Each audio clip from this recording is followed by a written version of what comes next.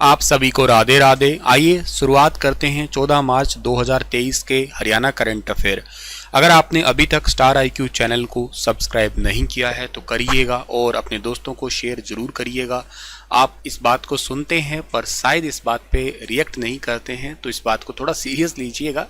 आप लोग अपना ही मान के इस चैनल को बताया करें सभी को, जहाँ भी पढ़ने जाते हैं, लाइब्रेरी में या किसी कोचिंग सेंटर में या अपने घर पे किसी आजू बाजू में, अपना ही समझ के इस चैनल को सब्सक्राइब करवाइएगा आप लोग।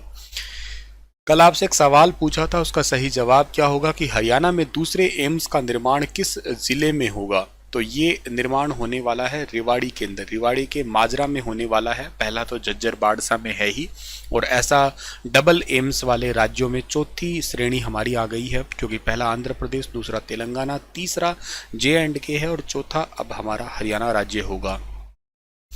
पशुओं की देखभाल के लिए हरियाणा में कितने और पॉली क्लिनिक बनाए जाने की घोषणा मुख्यमंत्री जी ने की है। तो हरियाणा के अंदर पॉली क्लिनिक बनाने की घोषणा की है। पशुओं के देखभाल के लिए 6 पॉली क्लिनिक हरियाणा के अंदर बनाए जाएंगे, ऐसा मुख्यमंत्री जी ने अभी हाल ही में कहा है। 39वीं राज्य पशुधन एक योजना चल रही थी, या यूँ कहिएगा प्रतियोगिता चल रही थी, और ये जो आपके हुई थी, ये कहाँ पे हुआ था? ये हुआ था चरखी दादरी के अंदर हरियाणा में। जो गो हत्या करेगा उसको 10 साल की सज़ा और लाखों का जुर्माना लगेगा। ये हरियाणा ने कानून ऑलरेडी बना ही रखा है पहले ही, ठीक है। तो किसान मेला था एक्चुअली अभी हिसार के अंदर, और पशुधन प्रदर्शनी मेला जो था वो चरखी दादरी के अंदर था। तो राज्य पशुधन प्रदर्शनी मेला चरखी दादरी के अंदर था, और यहाँ पे 6 पॉली क्लिनिक बनाने की घोषणा की है हरियाणा के मुख्यमंत्री जी ने। हरियाणा के किस एयरपोर्ट से जल्द ही कार्गो फ्लाइट स्टार्ट होने वाली है, ताकि हरियाणा से अरब देशों में फसल और सब्जियों को निर्यात किया जा सके। कार्गो फ्लाइट की शुरुआत की जाएगी हरियाणा के हिसार एयरपोर्ट से। आपको पता ही है हिसार एयरपोर्ट का नाम महाराजा अग्रसेन इंटरनेशनल एयरपोर्ट है। हालांकि ये इंटरनेशनल अभी के लिए नहीं है, क्योंकि बनेगा नहीं, 2025 से आगे हो सकता है ये बने। अभी तक के लिए तो ये डोमेस्टिक एयरपोर्ट ही बनेगा, जैसा कि एविएशन डिपार्टमेंट ने कहा है। लेकिन हाँ, यहाँ से कार्गो फ्लाइट स्टार्ट होगी, जहाँ से वेजिटेबल है या कुछ फ्रूट्स है या कुछ इंपॉर्टेंट और चीज़ें हैं जिनको एक्सपोर्ट किया जा सकेगा अरब कंट्री में, जिससे बिजनेस को बढ़ावा मिल सकेगा। अभी रिसेंटली हरियाणा एग्रीकल्चर यूनिवर्सिटी में जो कृषि मेला चल रहा था, वहाँ पे मुख्यमंत्री जी आए थे। वहीं पे ही इसकी घोषणा हुई थी कि नई कृषि क्रांति की शुरुआत करने के लिए हम लोग ऐसा करेंगे। अंडरग्राउंड पाइपलाइन पोर्टल और ई-रूपी मोबाइल एप्लीकेशन को भी लॉन्च किया है। तो ये काफ़ी इंपॉर्टेंट बात है, याद रखना। ई-रूपी मोबाइल एप्लीकेशन को लॉन्च हरियाणा के मुख्यमंत्री जी ने किया। इसके अलावा अंडरग्राउंड पाइपलाइन पोर्टल का भी उद्घाटन यहाँ पे किया। ऐसे ऐप वाले सवाल एग्जाम में पूछे जा सकते हैं। और इसके अलावा बात ये इंपॉर्टेंट है कि हम लोग एग्रीकल्चर में काफ़ी ज़्यादा ध्यान दे ही रहे हैं। एग्रीकल्चर, हालांकि देखा जाए तो अभी जैसे हम लोग 1966 की बात करें ना, तब हम लोग एग्रीकल्चर अलाइड सेक्टर हुआ करते थे, लेकिन अभी हम लोग एग्रीकल्चर से ज़्यादा टर्सरी सेक्टर, यानी कि एक्चुअली तृतीयक क्षेत्र, सर्विस सेक्टर पे ज़्यादा है। हम 50% से ज़्यादा योगदान हमारा जो टर्सरी सेक्टर है उसके ऊपर हो चुका है एट प्रेजेंट की बात की जाए तो। हाल ही में किसे महिला बाल विकास विभाग का जॉइंट डायरेक्टर बनाया गया है? हाल ही में महिला बाल विकास विभाग का जॉइंट डायरेक्टर बनाया गया है डॉक्टर शिल्पी पट्टर दत्त को, यानी कि ऑप्शन नंबर ए इस सवाल का बिल्कुल ठीक है। 2 इंपॉर्टेंट अफसरों का अभी हाल ही में तबादला हुआ है, पूजा चावारिया और इसके साथ में डॉक्टर शिल्पी पट्टर। इन दोनों को ही अभी हाल ही में डिपार्टमेंट चेंज किए गए हैं। 2011 बैच की पूजा चावारिया को हरियाणा SC आयोग का मेंबर सेक्रेटरी बनाया गया है, और इसके अलावा सोशल जस्टिस एंड एम्पावरमेंट की एडिशनल डायरेक्टर की जिम्मेदारी दी है। इसके अलावा 2013 बैच की डॉक्टर शिल्पी पट्टर दत्त को हेल्थ सर्विस विभाग के जॉइंट डायरेक्टर पद से हटा के महिला बाल विकास विभाग का जॉइंट डायरेक्टर पद दिया गया है इनको। अच्छा, जब भी ये अपॉइंटमेंट होती है तो अपॉइंटमेंट करता कौन है? ये अपॉइंटमेंट की जाती है चीफ सेक्रेटरी हरियाणा के जो हैं, जिनका नाम है संजीव कौशल वर्तमान में। पर संजीव कौशल तो चीफ सेक्रेटरी हैं अभी के लिए। इनसे पहले कौन थे? इनसे पहले थे विजय वर्धन। ये भी बात आप याद कर सकते हो, ठीक है।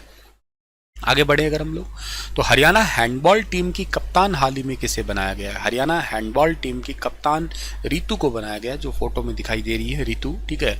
उत्तर प्रदेश के वाराणसी में 15 से 19 मार्च तक होने वाली 51वीं महिला राष्ट्रीय हैंडबॉल प्रतियोगिता के लिए हरियाणा की टीम की घोषणा की गई है। उसमें जींद के नरवाना की रितु जो है हरियाणा महिला टीम की कैप्टन होगी। इसके अलावा हिसार, रेवाड़ी, कैथल, पानीपत से भी खिलाड़ियों को इसमें शामिल किया गया है।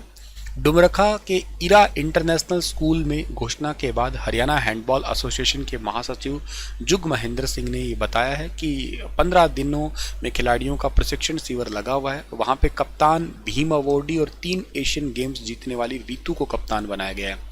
मतलब इनके पास भीम अवार्ड मिल गया है। भीम अवार्ड मिलने के बाद आपको पता होगा कि हर महीने 5,000 रुपये मिलते हैं और 5 लाख रुपए एक बार में दिए जाते हैं। हरियाणा का सबसे बड़ा अवार्ड ये है। 3 बार ये एशियन गेम जीत चुकी है रितु, याद रखना आप लोग। और फिलहाल नरवाना के नवदीप स्टेडियम में जूनियर हैंडबॉल के कोच के पद पे ये वर्तमान में तैनात है।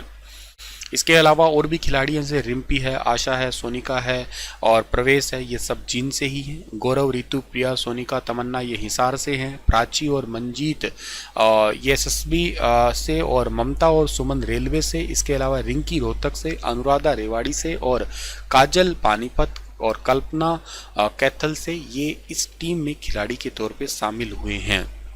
अगर मैं हैंडबॉल फेडरेशन की बात करता हूं तो भारतीय हैंडबॉल महासंघ रोहतक है के अंदर है ये, और इसकी स्थापना 15 जून 1972 को हुई थी, याद रखना।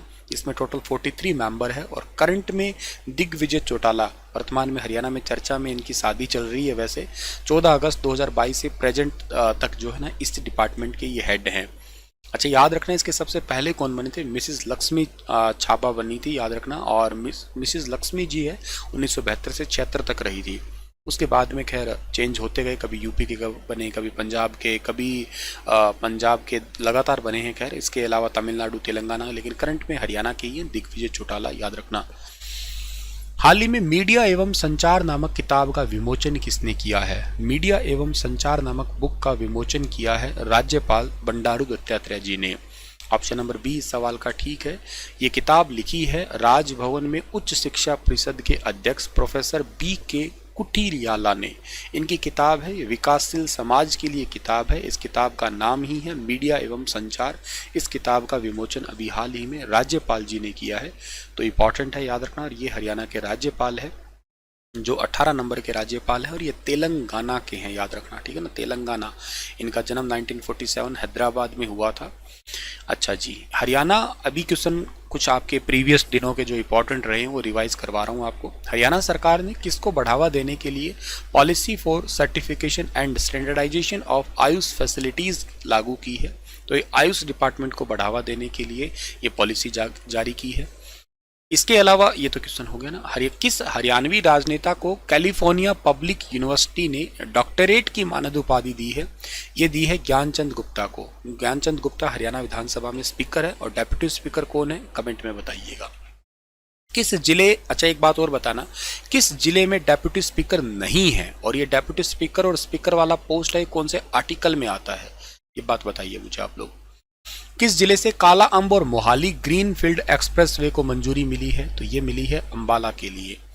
इसके अलावा है Haryana mass rapid transport corporation limited का डायरेक्टर किसे बनाया गया है? ये बनाया गया है करण सिंह को। हरियाणा में कब से सिंगल यूज प्लास्टिक पर बैन लगा दिया गया? ये लगाया गया 1 जुलाई 2022 से। कौन सा राज्य दवा फैक्ट्री के लाइसेंस ऑनलाइन जारी करने वाला देश का पहला राज्य बना? ये हरियाणा राज्य बना है। उत्तर भारत का पहला एनिमल हॉस्टल किस गांव में बनाया जा रहा है? ये बनाया जा रहा है गांव उगाडा में, जो अंबाला का है। हरियाणा के किस जिले में प्रदेश का पहला 5 मंजिला आधुनिक टीबी अस्पताल बनाया जा रहा है? ये भी अंबाला के अंदर ही बनाया जा रहा है। इसी के साथ ये सेशन होता है समाप्त। आपके लिए क्वेश्चन छोड़ के जा रहा हूं कि निम्नलिखित में कथनों का अवलोकन कीजिएगा। पहला आपके लिए पॉइंट है कि फसलों को बदलकर बीजने से जमीन कीटाणु नहीं पनपते हैं। दूसरा है कि फसलों को बदलकर बीजने से भूमि में मौजूद पोषक तत्व जल्दी समाप्त नहीं होते हैं। तीसरा है फसलों को बदलकर बीजने से प्रक्रिया में गेहूं जैसे अनाज की खेती की जाती है। कौन सी स्टेटमेंट इसमें से ठीक है बताइएगा आप लोग। मिलता हूं आप लोगों के लिए मैं अगली क्लास में, तब तक अपना ख्याल रखना। Stay happy, stay healthy.